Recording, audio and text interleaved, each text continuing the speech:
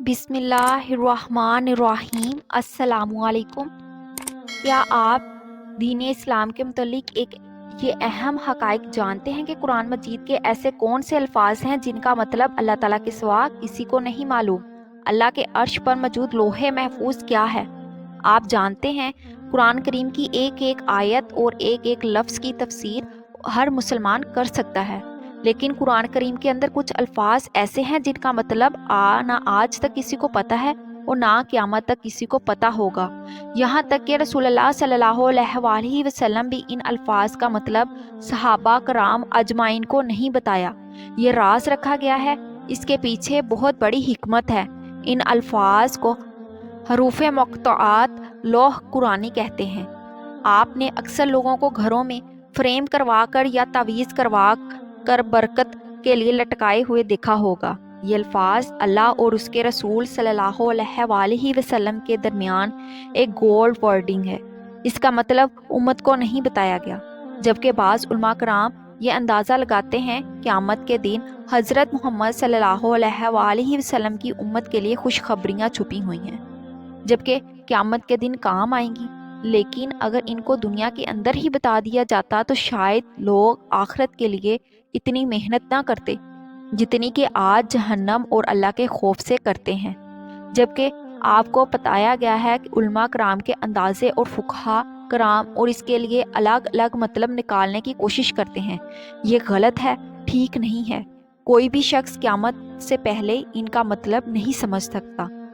ایک ایسی تختی جس میں کائنات کے تمام راز لکھے ہوئے ہیں، کون کب مرے گا، کس کو کتنا رزق دیا جائے گا، کس کی زندگی میں کون کون سے حالات درپیش ہوں گے، اس کو کس طرح کی موت آئے گی، وہ کس حال میں مرے گا، کس کا حشر کیسا ہوگا۔ تمام زمین و آسمان اور پر اسرار دنیا اور کائنات کے تمام راز اس تختی میں محفوظ ہیں۔ محترم ناظرین، کیا آپ جانتے ہیں لوح محفوظ کیا ہے اور یہ کہاں پر ہے؟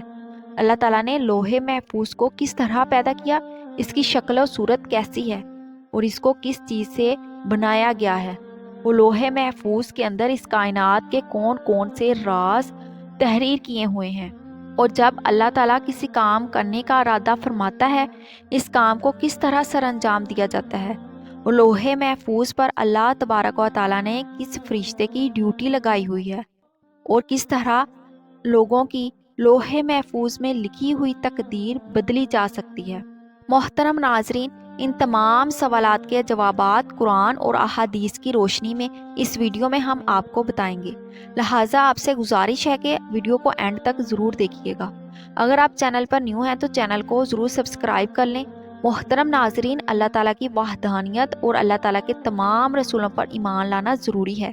جس طرح اللہ تعالیٰ کے فرشتوں پر، لوح محفوظ پر، قیامت کے روز پر ایمان لانا ضروری ہے۔ لوح ایک عربی زبان کا لفظ ہے جس کا مطلب ہے تختی۔ محفوظ اس کو کہتے ہیں جس کی حفاظت کی جائے۔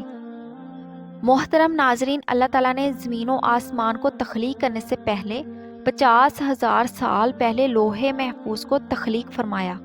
اللہ تعالیٰ نے جب قلم اور لوح محفوظ کو تخلیق فرمایا تو اللہ تعالیٰ نے قلم کو حکم ارشاد فرمایا کہ لکھ۔ قلم نے اللہ تعالیٰ کی بارگاہ میں عرض کیا، یا رب العالمین کیا لکھوں؟ اللہ تعالیٰ نے ارشاد فرمایا کہ اس کائنات کی ابتدا سے لے کر انتہا تک تمام معاملات کو لکھ دے۔ قلم نے اللہ تعالیٰ کے حکم کے مطابق لوح محفوظ پر تمام معاملات کو لکھ دیا۔ لوح محفوظ وہ تختی ہے جس میں تمام انسانوں کی تقدیریں لکھی ہوئی ہیں۔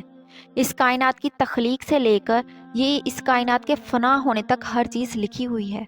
آج تک جو کچھ اس دنیا میں ہو چکا ہے اور جو کچھ قیامت تک ہوگا وہ تمام کا تمام لوح محفوظ میں لکھا ہوا ہے، اور لوح محفوظ تمام مخلوقات کی پہنچ سے دور ہے۔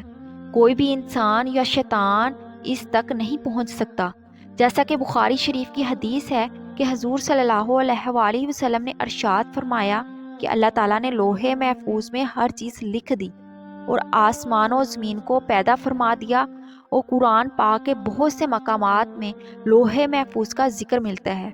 اللہ تعالیٰ سورۃ بروج میں ارشاد فرماتا ہے، بلکہ یہ قرآن ہے جو لوح محفوظ میں لکھا ہوا ہے۔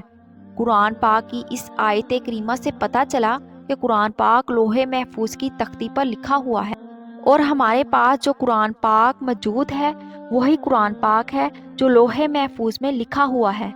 اور ایک دوسرے مقام میں اللہ تعالیٰ نے قرآن پاک میں ارشاد فرمایا، اور ہم نے ہر چیز لوح محفوظ میں شمار کر رکھی ہے، یعنی اللہ تعالیٰ نے تمام چیزوں کو پیدا کرنے سے پہلے لوح محفوظ میں لکھ دیا تھا۔ محترم ناظرین، اللہ نے لوح محفوظ کو اللہ تعالیٰ نے سفید موتیوں سے بنایا۔ اس کے صفحات سرخ یاقوت کے ہیں، اس کی تحریر نور سے لکھی ہوئی ہے۔ جیسا کہ حضرت ابن عباس رضی اللہ تعالیٰ عنہ سے روایت ہے کہ نبی آخر الزمان حضرت محمد صلی اللہ علیہ وآلہ وسلم نے ارشاد فرمایا کہ اللہ تعالیٰ نے لوح محفوظ کو سفید موتیوں سے پیدا کیا۔ اس کے صفحات سرخ یاقوت کے ہیں، اور اس کا کلر، اس کا رنگ نور کا ہے، اس کی لکھائی بھی نور کی ہے، اور اللہ تعالیٰ ہر روز لوح محفوظ کی طرف 360 مرتبہ نظر فرماتے ہیں۔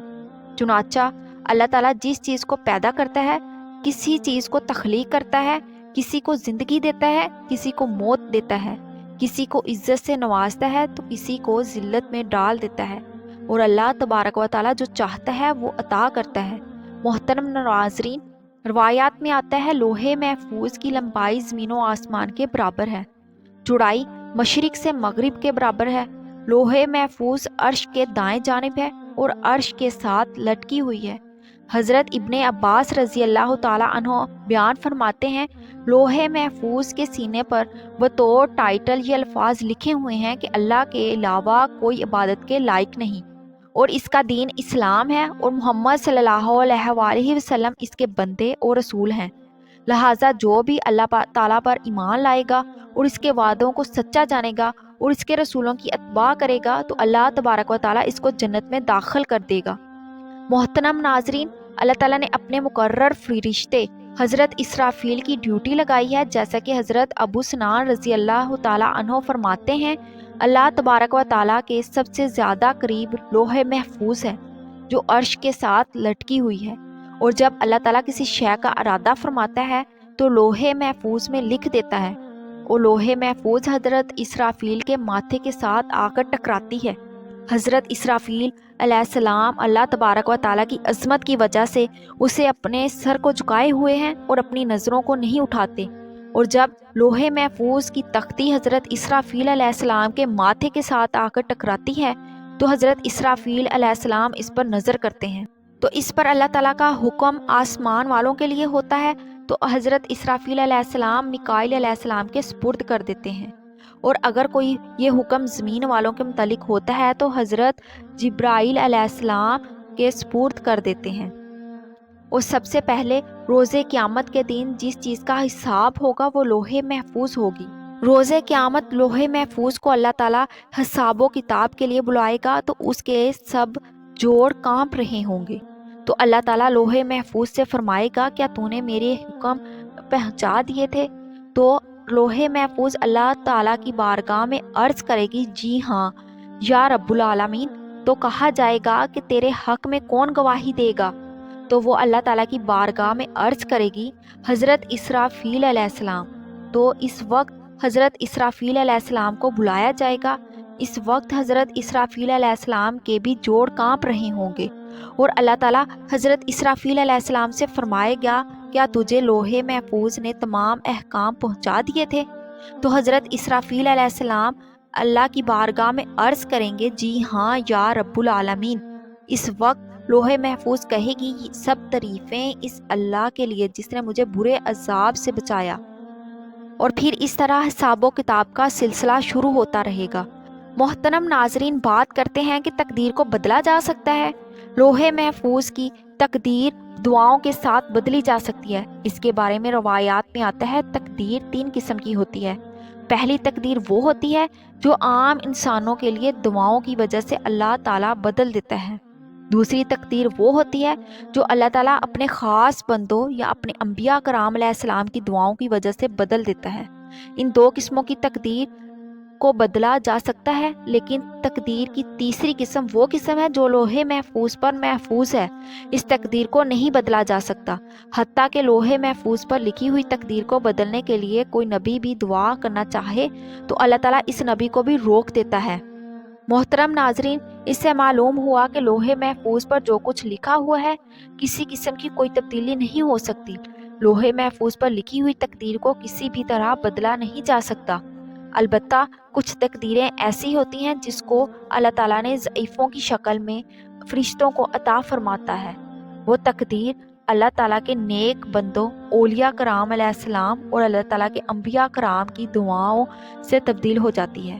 اللہ تعالیٰ سے دعا ہے کہ اللہ تعالیٰ ہمارے تمام صغیرہ و کبیرہ گناہوں کو معاف فرمائے اور اپنے پیارے حبیب حضرت محمد صلی اللہ علیہ وآلہ وسلم کی شریعت کے مطابق زندگی گزارنے کی توفیق عطا فرمائے اور ان کی محبت کے اندر رہنا نصیب فرمائے۔ آمین۔